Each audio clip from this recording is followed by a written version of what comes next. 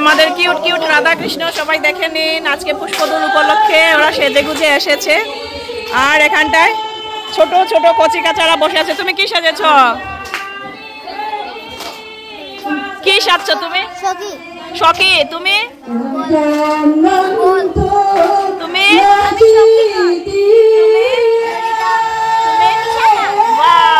ললিতা বিশাখা সব এখানে আছে। এদিকে হচ্ছে ধামাই।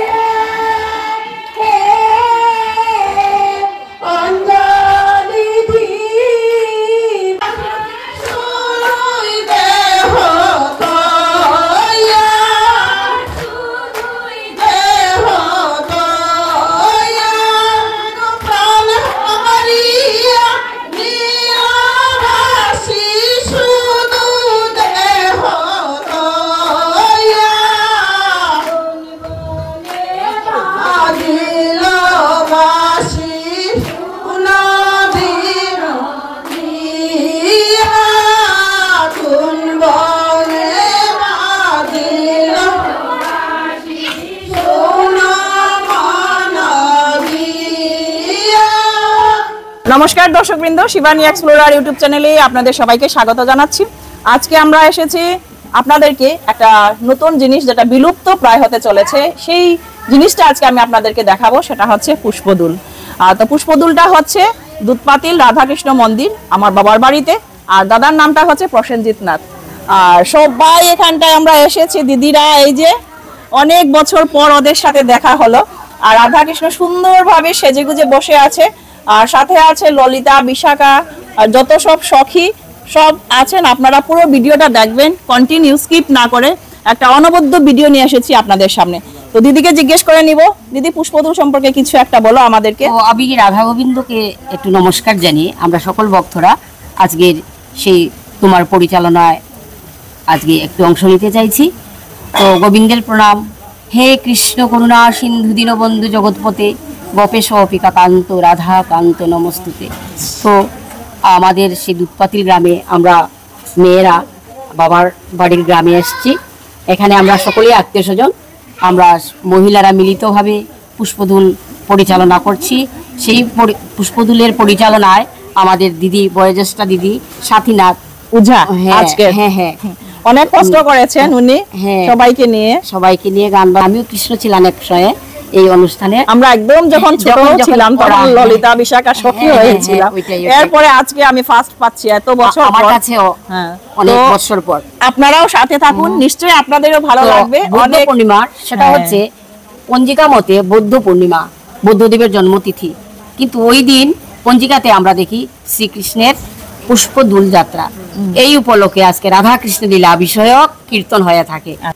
আমি রীতানাথ, বেতার শিল্পী। কি বলবো, আমার বয়সে চলে যাচ্ছে। আমি এত আনন্দে, আমার কণ্ঠস্বর আসছে না। আমি এটা উৎসব শুনে এত আনন্দিত হয়েছি।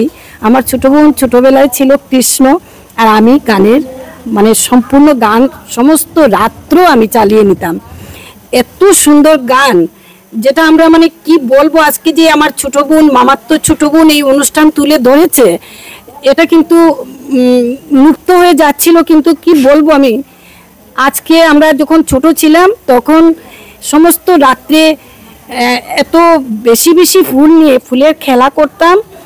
গানের যখন পুষ্প খেলার গানটা হতো তখন আমরা কি বলবো, পুষ্প বরিশনই হতো সমস্ত মণ্ডপ। এত আজকালকে না কৃষ্ণ নাম যেভাবে সাজিয়ে করানো হয় ফুলের মালা টালা দিয়ে, তখন আমরা লাল পাড় শাড়ি, লাল ব্লাউজ, হাতে ফুলের মালা, কৃষ্ণ ললিতা বিশাখা, এত রাসলীলার মতো এত আনন্দ হতো, সেটা আমি আর ভাষা দিয়ে বুঝাতে পারবো না।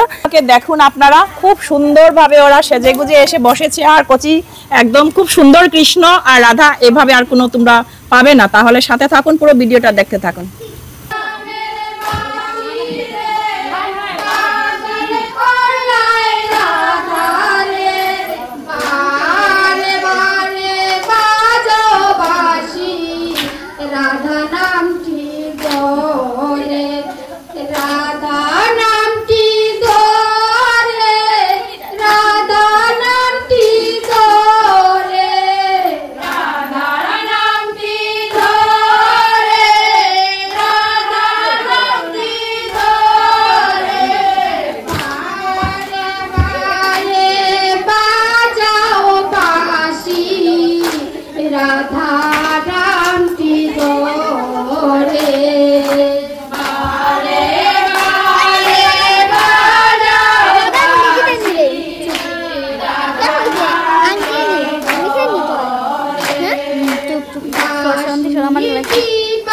যাইয়া বন্দে কইল কদম ডালে বাঁশি দিবা যাইয়া বন্দে কইল কদম ডালে নীলুয়া বাতাসের বাঁশি রাধা নাম বলে নীলুয়া বাতাসের